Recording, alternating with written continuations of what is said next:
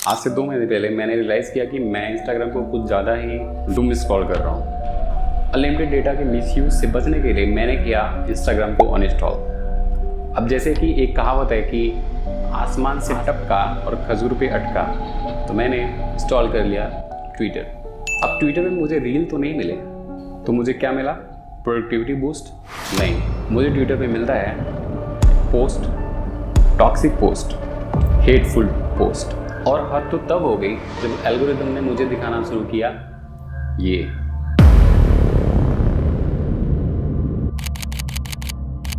मैंने सोचा कि चलो हो सकता है ट्विटर ही टॉक्सिक है, ग्राउंड पे ऐसा नहीं होगा, तो मैंने वेरीफाई किया इसको और फिर मैंने पाया No single group claimed responsibility, but the faces behind the... Oh my God, guys, record! She's hitting me! She's hitting me! Oh my God! Oh my God! Oh, she's hitting me!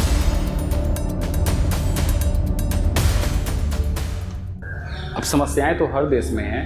हो सकता है कि यहाँ पे कुछ अलग समस्याएं हैं और किसी और देश में कुछ अलग समस्याएं, पर उसके लिए कोई डिसलाइक तो कर सकता है, बट हेट और बड़ी समस्याओं को तो इंडियंस खुद ही एक्नॉलेज कर रहे हैं और उस पर ट्राई कर रहे हैं काम करने की। इसीलिए जब मैंने इस पर थोड़ा सा लाइट डाला तो मुझे पता चला कि दूध में पानी तो है और वो पानी गंदा भी है, पर वो केवल इंडियन की वजह से नहीं है, बल्कि उसके पीछे एक बहुत बड़ी कॉन्स्पिरेसी है। सिविक सेंस तो एक बहाना है जिसका सहारा लेकर के भड़ास निकाली जा रही है और हेट फैलाए जा रहे हैं। तो वो देश जिसे लैंड ऑफ स्पिरिचुअलिटी कहते हैं, दुनिया के मेजर रिलीजन्स का जन्म यहाँ पे हुआ है, एक डाइवर्स कंट्री, दुनिया की सबसे बड़ी डेमोक्रेसी, सबसे ज़्यादा डॉक्टर्स और इंजीनियर पैदा करने वाली कंट्री, वो कंट्री जो दुनिया की बड़ी कंपनी चलाती है, वो कंट्री जो मून मिशन कंप्लीट करती है, उससे हेट क्यों?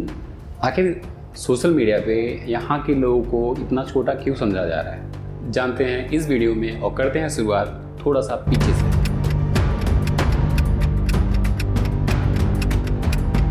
इंडिया के खिलाफ जो हेट है उसके लिए एक टर्म है इंडोफोबिया, और इंडोफोबिया का जो ओरिजिन है वो अंग्रेज़ों के टाइम से है। अमेरिकन हिस्टोरियन थॉमस ट्रॉटमैन कहते हैं कि अंग्रेज़ों ने इस भावना को एकदम नॉर्मल बताया। मतलब कि अगर आपको इंडियन से हेट है या फिर अगर आप सोचते हैं कि इंडियंस काफ़ी गिरे हुए लोग हैं, तो ये फीलिंग एकदम से नॉर्मल है, क्योंकि एक्चुअल में ऐसा ही है। लेकिन भला क्यों? अंग्रेज़ तो यहाँ पे बिजनेस करने आए थे। मतलब अगर एक बिजनेसमैन कहीं पे बिजनेस करना चाहता है तो वो तो सामने वाले से अच्छा रिलेशन बनाएगा, इवन उसकी चापलूसी करेगा। तो उन्होंने फिर ऐसा क्यों किया? क्योंकि उनका गोल केवल बिजनेस करना नहीं था, बल्कि अपना धर्म फैलाना और इस कंट्री को कोलोनाइज करना था। चार्ल्स ग्रांट ने 1796 में अपना एक रिसर्च पेपर पब्लिश किया, observation on the Asiatic subject of great Britain. इसमें उन्होंने क्रिटिसाइज किया उन लोगों को जो कि इंडियंस की और इंडियन कल्चर की रिस्पेक्ट करते हैं। उसने कहा कि हिंदू जो हैं वो पिछड़े हुए लोग हैं और हमारी ये ड्यूटी है कि हम उनको सिविलाइज करें और उनको एक अच्छा सा धर्म दें। और ये वर्क एक फाउंडेशन बनता है इस आइडियोलॉजी का कि इंडिया को कोलोनाइज करना है और यहाँ के लोगों को इम्प्रूव करना है, जबकि उन्होंने अपने यहाँ के इश्यूज को नज़रअंदाज किया। अब लेकिन एक बुक या पेपर से क्या होता है? लोग उसे जस्ट एक और बुक समझ करके समय के साथ भूल जाएंगे, राइट? और इसीलिए उन्होंने स्टार्ट किया एजुकेशनल और कल्चरल इन्फ्लुएंस बनाने का। लॉर्ड मैकाले ने इंग्लिश एजुकेशन को इंट्रोड्यूस किया और उनकी एक फेमस सेइंग है कि इंडिया का पूरा साहित्य और पूरा का पूरा ज्ञान यूरोप के लाइब्रेरी के एक छोटे से सेल के बराबर भी नहीं है। और इस नैरेटिव के साथ उन्होंने संस्कृत और अरेबिक में जो भी वर्क किए गए थे, साइंस में, हिस्ट्री में, ज्योग्राफी में, एस्ट्रोनॉमी में, सबको बेकार बताया और आउटडेटेड बताया। लेकिन इससे कोई भी देश ये समझ सकता है कि यहाँ के लोग पढ़े लिखे नहीं हैं और शायद समय के साथ जब वो पढ़ लिख लेंगे तो सिविलाइज हो जाएंगे। इस फैक्ट से कोई भी किसी कंट्री को हेट नहीं करता है। तो यहाँ पे आता है 1857 और होती है पहली क्रांति। और इस क्रांति के बाद अंग्रेज़ों ने इंडियंस पे इल्ज़ाम लगाए कि उन्होंने वहाँ के लोगों का मर्डर किया और अंग्रेज़ी औरतों का रेप किया, जिससे कि उन्होंने बहुत सारे कानून बदले और उन्होंने इस एजेंडा को प्रमोट किया कि इंडियंस उनके कंधे पर एक बोझ हैं और उनकी जिम्मेदारी है।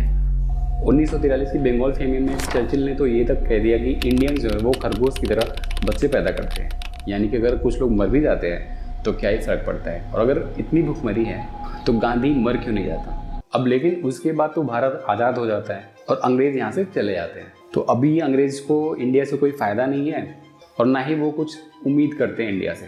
तो ये हेट को आगे किसने बढ़ाया? तो आज़ादी के बाद होता है इंडिया का पार्टीशन और एक नई कंट्री का जन्म होता है पाकिस्तान। अब अंग्रेज़ों ने इंडोफोबिया को प्रमोट करना जब बंद किया तो ये सिलेबस स्टार्ट होता है पाकिस्तान में। पाकिस्तान का नेशनलिज्म और देशभक्ति ही एंटी इंडिया सेंटीमेंट पर आधारित है। मतलब आप उतने बड़े देशभक्त हैं जितना ज़्यादा आप इंडिया को हेट करते हैं और जितने हद तक आप जा सकते हैं इंडिया को नुकसान पहुंचाने में। अब जैसे हमारे यहाँ पे स्कूल्स में देशभक्ति का मतलब होता है कि अपने देश को कैसे आगे बढ़ाना है, वहीं पे पाकिस्तानी बच्चों के सिलेबस में ये बताया जाता है कि किस प्रकार से हिंदू और इंडिया हमारे दुश्मन हैं और वो बुरे लोग हैं। When I will grow up, I will be army and save Pakistan and destroy India. Political parties भी एंटी इंडिया सेंटीमेंट के साथ इलेक्शन लड़ती हैं और अगर कोई एक नेता इंडिया को सपोर्ट करता हुआ दिख जाता है तो या तो वो इलेक्शन हार जाता है या फिर उसको हटा दिया जाता है कुर्सी से ही। सोशल मीडिया पे तो कितने सारे पाकिस्तानी अकाउंट्स डेडिकेटेड हैं एंटी इंडिया पोस्ट के लिए। उनका बस काम है कि इंडिया से कुछ भी गंदगी ढूंढें, उसको पोस्ट करके दिखाएं कि ये पूरा का पूरा इंडिया ऐसा ही है। यहाँ तक कि हमारे पड़ोसी मुल्क बांग्लादेश और श्रीलंका में भी कई सारी पार्टीज़ हैं जो एंटी इंडिया इंस्टेंस पर इलेक्शन लड़ती हैं। लेकिन आप कहोगे ये तो हमारे पड़ोसी मुल्क हैं, तो जो बाकी देश है यूरोपियन कंट्रीज़ और अमेरिकन कंट्रीज़, वहाँ पे हमें हेट क्यों मिलता है? तो इसको हम दो कैटेगरीज में बांट सकते हैं, एक है न्यूट्रल और दूसरा है एक्शनेबल।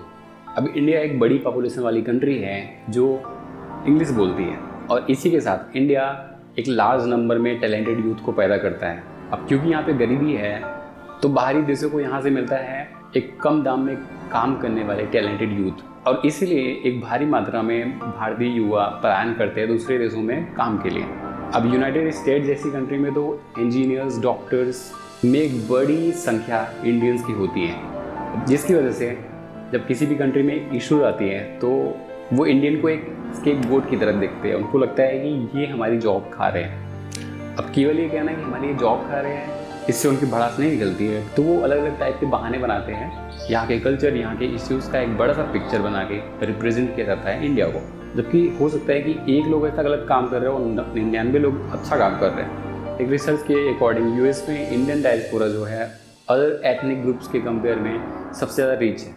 यूनाइटेड किंगडम में अगर परसेंटेज निकालते हैं तो इंडियंस के पास परसेंटेज वाइज ज़्यादा प्रॉपर्टी है कंपेयर टू नेटिव्स।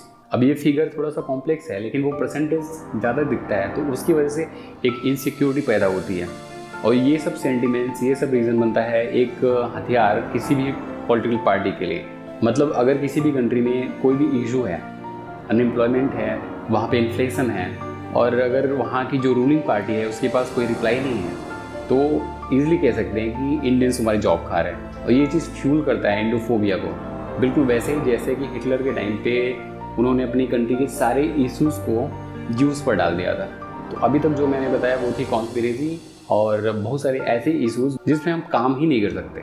मतलब अगर किसी और कंट्री में political leaders anti India sentiment पर इलेक्शन लड़ते हैं तो हम उसमें क्या कर सकते हैं? इंडियन डायस्पोरा रीच है इसलिए उनको हेट मिल रही है तो हम उसमें कुछ नहीं कर सकते, राइट?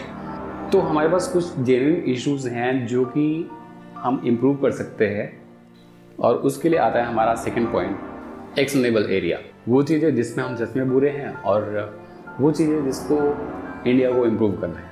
और पहला ऑब्वियसली सिविक सेंस।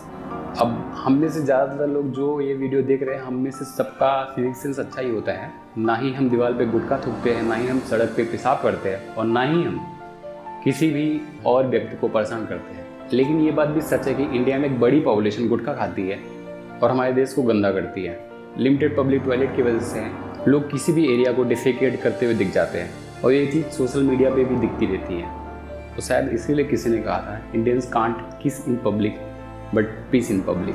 हमारे यहाँ पर नदियों को देवता तो मानते हैं और फिर उस नदी में सारा का सारा कचरा बहा देते हैं, और इसको वो कल्चर का हिस्सा मानते हैं। पब्लिक प्रॉपर्टीज़ को वेंटलाइज करने वाले वीडियोस भी दिखते रहते हैं सोशल मीडिया पे। इवन कई सारे इंडियंस जब फॉरेन जाते हैं और वो यही सब चीज़ें वहाँ पे भी करते हुए दिख रहे हैं, जिससे कि सारे के सारे इंडियंस बदनाम होते हैं। नदियों में विसर्जन कर रहे हैं, रात को देर तक पटाखे बजा रहे हैं और रात को देर तक डीजे बजा रहे हैं। जैसे इंडिया में पड़ोस का ख्याल न किए बिना हम खुद एंजॉय करते हैं, वो सेम चीज़ फॉरेन में भी करते हुए दिख जाते हैं। अब ये सब चीज़ें बिल्कुल निगेटिव लगती हैं, ऐसा लगता है कि काफ़ी होपलेस सा सिचुएशन है और हम इसमें कुछ नहीं कर सकते। तो यहाँ पे कुछ पॉजिटिव चीज़ें हैं। पहला, सोशल मीडिया एल्गोरिदम।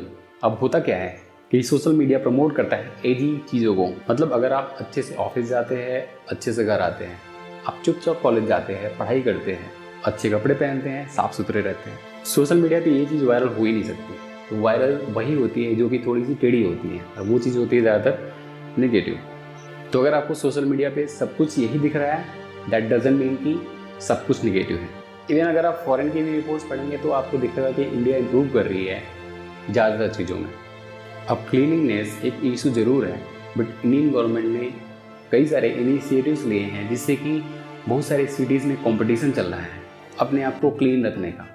और यहाँ पे मैं धन्यवाद देना चाहूँगा उन स्कूल्स को जो बच्चों को सिविक सेंस सिखा रहे हैं। मैं धन्यवाद देना चाहूँगा उन माताओं को जो अपने बच्चों को केवल लाइफ में सक्सेसफुल होना नहीं सिखा रही हैं, बल्कि सिखा रही हैं लोगों की रिस्पेक्ट करना, एक अच्छा इंसान बनना।